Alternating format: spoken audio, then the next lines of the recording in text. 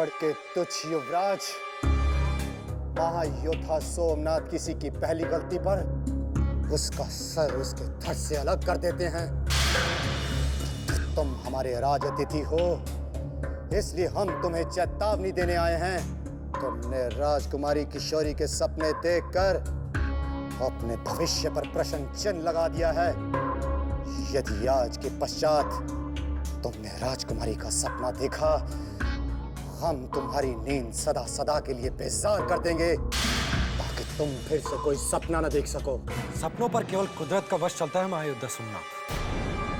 हमें धमकाने से पूर्व आपने ये नहीं सोचा, यदि राजकुमारी किशोरी के सपने में हम आ गए तो आप क्या करेंगे? इस प्रश्न का उत्तर आपके पास है तो आप हमारे सपनों पर अंकुश लगाने के बारे में सोचिएगा, अन्यथा इस कक्ष में दोबारा हमारी अनुमति के बिना प्रवेश मत कीजिएगा।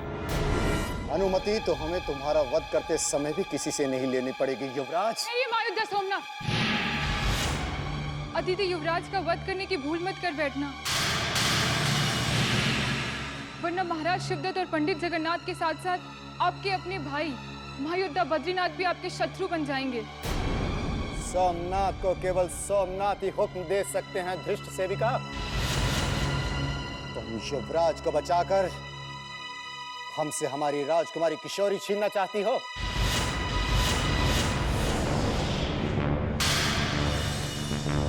राजकुमारी किशोरी को?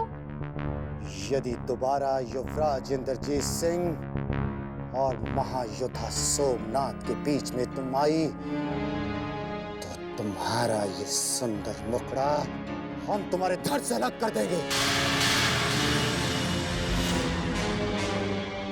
आज हमारी तलवार और तुम्हारे शीश का फासला खत्म हो ही गया था युवराज, परंतु अचानक बिल्ली ने रास्ता काट दिया और तुम बच गए। यदि आज नींद आ जाए तो भूल कर भी राजकुमारी के सपना देखने की कोशिश मत करना, वरना ये आंखें निकाल कर हम बाहर फेंक देंगे।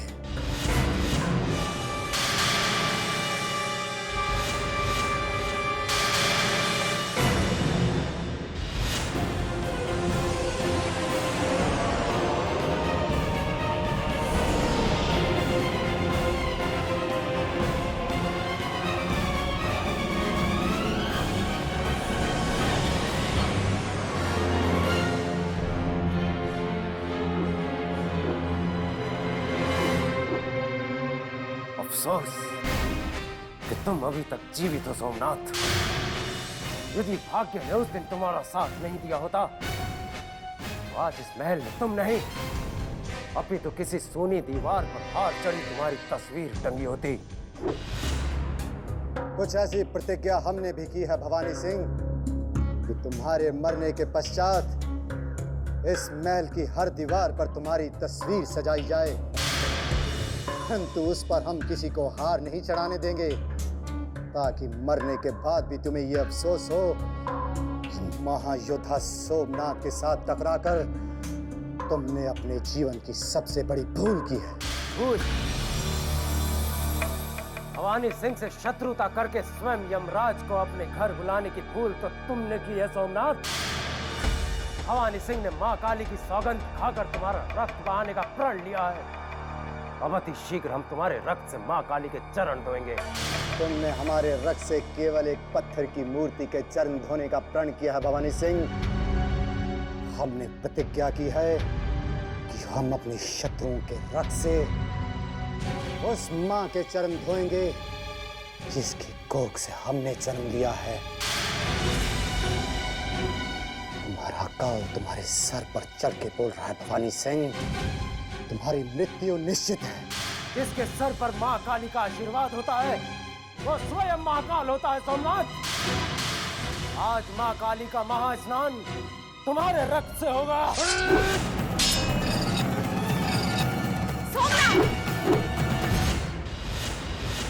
रुक क्यों गए? बुझा लो हमारे रक्त से अपने तलवारों की प्यास।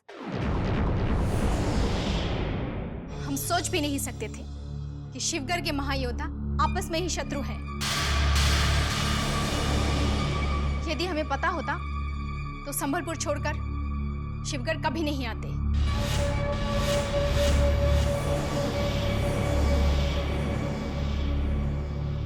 यदि फिर कभी एक दूसरे का रक्त बहाने के लिए तुम्हारे मयानों में से तलवार निकली तो हम कभी सहन नहीं करेंगे। परंतु हमारी आंखों ने जो देखा है उसे हम माताश्री तक अवश्य पहुंचाएंगे।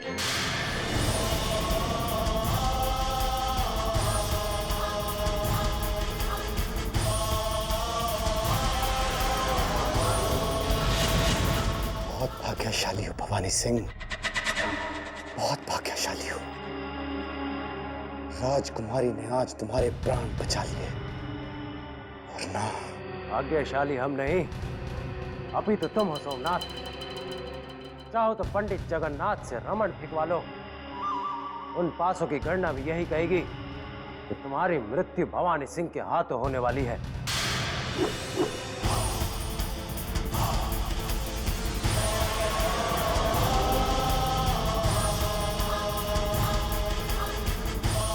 ये भी देख ले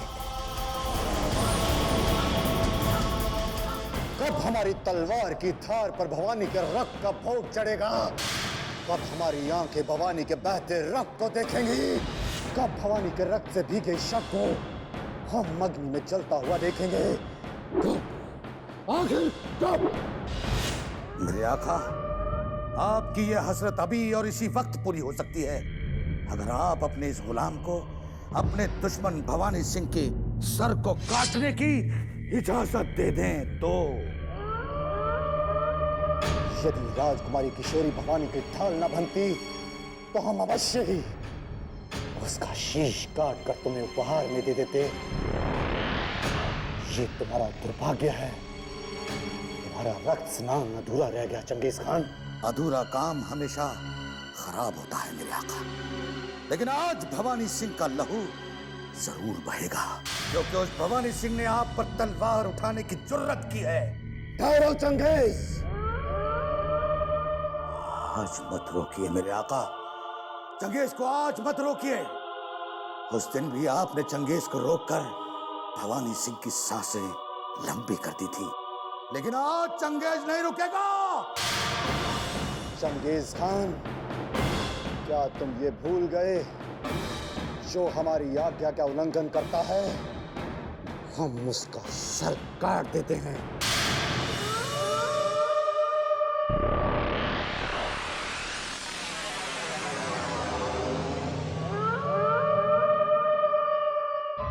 गुलाम तो हमेशा आका के सामने सर नमो रहता है, लेकिन उस भवानी सिंह ने जो आपके सामने सर उठाने की जुर्रत की है उसे नेस्त नाबूद करने की इजाजत दे दीजिए मेरे आका, इजाजत दे दीजिए, इजाजत दे दीजिए। हम तुम्हें स्वयं भवानी के रक्त से नहलाएंगे चंगेज खान, ये हमारा वचन है। बस ये दुआ करो कि ये बात महारानी कलावती तक न पहुंचे। ये क्या कह रही हैं आप? हमारे महल के योद्धा एक दूसरे के रक्त के प्यासे हो रहे हैं। ये क्या हो रहा है हमारे महल में? यदि हम समय पर नहीं पहुंचते तो ना भवानी सिंह जीवित रहते और ना ही सोमनाथ। स्थिति इतनी विकट हो चुकी थी कि दोनों महायोद्धा एक दूसरे के गर्दन काटने पर उतारू थे। रक्त की धारा बहने ही वाली थी कि हम पहुंच गए माताश्री। और महासंकट टल गया। यदि महाराज की अनुपस्थिति में इन दोनों महायोद्धाओं की मृत्यु हो जाती तो घोर अनर्थ हो जाता, और फिर हम महाराज को क्या उत्तर देते? आज तो उनकी मृत्यु टल गई, परंतु अवश्य ही कल दोनों एक दूसरे के प्राण छीनने के प्रयत्न करेंगे। यदि समय पर उन्हें नहीं रोका गया तो इस महल में रक्त के कुंड भर जाएंगे। जिस महल में हम शांति के फूल खिलाने आए थे उसे हम अपने महायोद्धाओं के रक्त से कभी नहीं भीगने देंगे। शीला, महायोद्धा भवानी सिंह और सोमनाथ को हमारे मंत्रणा कक्ष में भेज दिया जाए। जो आज्ञा महारानी जी। जो महायोद्धा एक दूसरे को बचाने के लिए स्वयं का बलिदान देने के लिए तैयार थे, आज वो एक दूसरे के रक्त के प्यासे हो चुके हैं। इसमें कोई संदेह नहीं कि ये महल अभिशप्त हो चुका है। प्रणाम महारानी जी। राजकुमारी किशोरी ने जो देखा, क्या वो सत्य है? आप दोनों की खामोशी बता रही है कि आप दोनों को अपनी भूल का एहसास हो चुका है। भूल हमसे नहीं महारानी जी, अभी तो सोमनाथ से हुई है। सोमनाथ ने हमसे प्रतिद्वंदिता रखकर हमारे आत्मसम्मान पर प्रहार किया है। इस महल में किसी महायोद्धा में इतनी शक्ति नहीं जो हमारा प्रतिद्वंदी बन सके। सोमनाथ के केवल सोमनाथ ही प्रतिद्वंदी हैं। सोमनाथ हमें ललकारने की फिर धृष्टता कर रहा है महारानी जी। यदि ये आपका कक्ष न होता तो सोमनाथ की ललकार का बदला हमारी तलवार देती।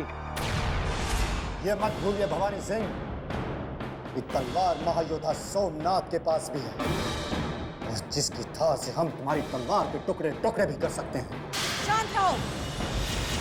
क्या आप भूल गए कि महारानी कलावती का वो कक्ष है जहां परिंदे भी चहकने के लिए आज्ञा लेते हैं? भूल किसी से भी हुई हो, उसका समाधान हम करेंगे।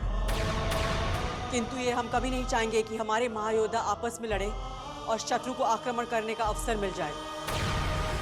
आप दोनों ने सदा हमारा साथ दिया है, युद्ध के मैदान में आगे बढ़ बढ़कर अपना रक्त बहाया है।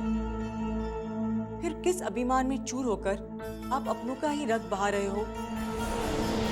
यदि रक्त ही बहाना है तो उसका बहाव, जिसने आपके मुंह का निवाला छीनकर चुनारगढ़ पर अपना अधिकार जमा लिया है। यदि भविष्य में आप दोनों की तलवारें टकराई तो आपको शिवगढ़ छोड़ने का आदेश दे दिया जाएगा।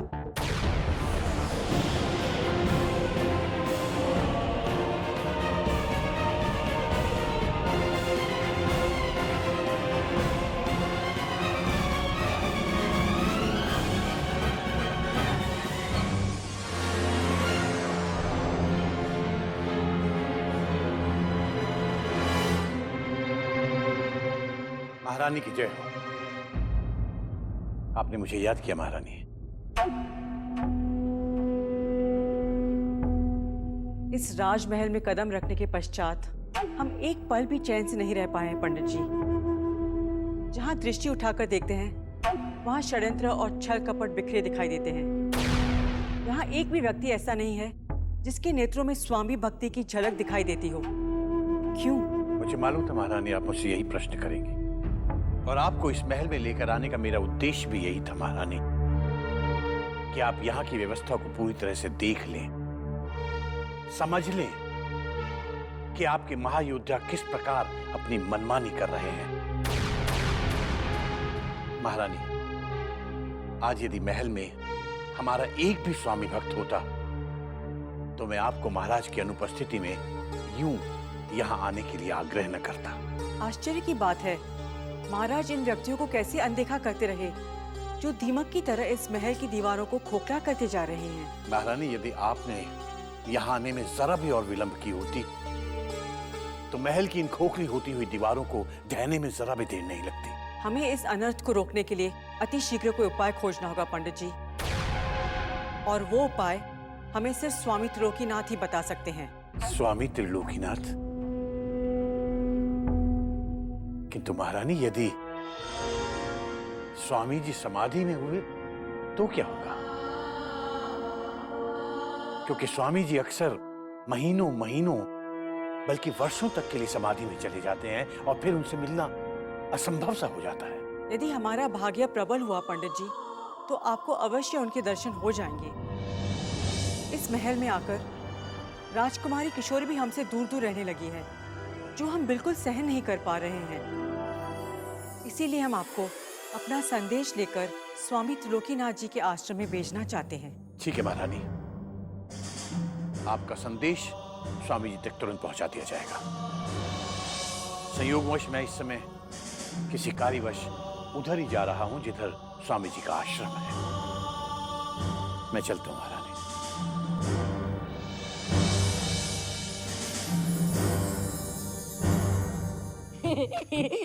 भीम भैया आप घोड़े बने हुए कितने अच्छे लगते हो ना।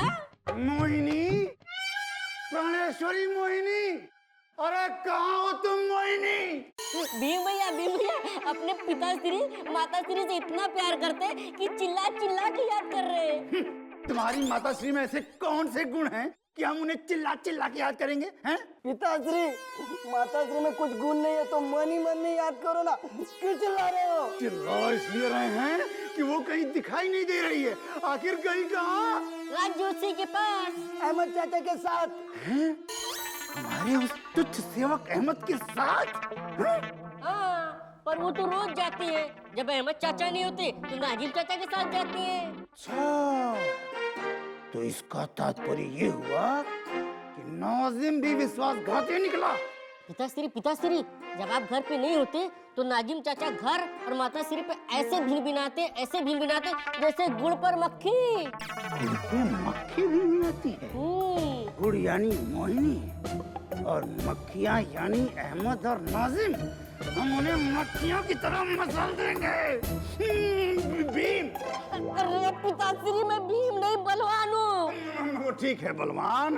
अच्छा ये बताओ बेटा, मैं भीम हूँ। अच्छा भीम बलवान बेटा, ये बताओ कि तुम्हारी माताश्री ने उन दोनों की कोई और प्रशंसा तो नहीं की ना? बहुत प्रशंसा की पिताश्री। बलवान तू ही बता, माताश्री ने अहमद चाचा से क्या क्या कहा? हाँ पिताश्री, माताश्री ने अहमद चाचा का हाथ पकड़ के कहा, तुम बहुत सुंदर हो, बहुत बुद्धिमान हो। तो भीम और बलवान के पिताश्री तो एकदम कोयले के जैसे काले हैं। तुम्हारे माताश्री की ये मजाल कि उन्होंने उस कौवे से भी अधिक काले कुरूप अहमद को हमसे अधिक सुंदर और बुद्धिमान कहा। आगे तो सुनिए पिताश्री, माताश्री ने ये भी कहा, यदि अहमद चाचा उन्हें पहले मिल जाते तो आपके साथ शादी नहीं करती। बस बस बस बस बस बलवान, आगे कुछ मत बोलना, आगे कुछ मत बोलना, हम पागल हो जाएंगे। अब तुम देखते जाओ, हम अहमद नाजिम को अपने घर के पास फटकने भी नहीं देंगे और ऐसा दंड देंगे कि पराई तो क्या, अपनी पत्नी को भी दृष्टि उठा के देखने का साहस नहीं कर पाएंगे ये दोनों।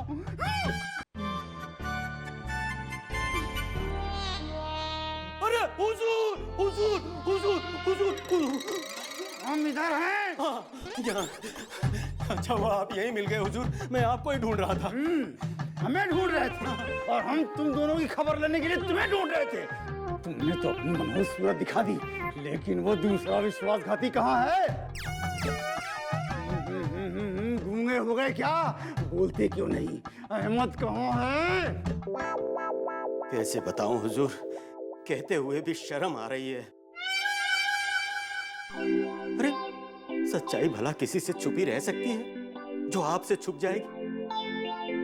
हमेशा की तरह आज भी वो नामकूल अहमद, मेरा मतलब अहमद, महल के बाहर वाले बाग में भाभी जान के साथ घूम रहा है। भाभी जान? खबरदार, वो तुम्हारे लिए केवल भाभी है नाजिम। जान हमारी है, हमारी है, हमारी है, समझे? समझ गया हुजूर, समझ गया। अरे ये तो सारी दुनिया को मालूम है कि वो भाभी किसकी और जान किसकी है। मैं तो ये कह रहा था कि वो आपकी जान के साथ घूम रहा है। हुजूर हमेशा मौके की तलाश में रहता है। जब भी आप महल से बाहर किसी जरूरी काम से जाते हैं ना, आपके घर के चक्कर लगाया करता है। हमारे घर के चक्कर? अब तुम देखते जाओ नाजिम, ना उसे हम घर का छोड़ेंगे ना घाट का। हम आज अभी इसी समय उसे सेवा मुक्त करते हैं।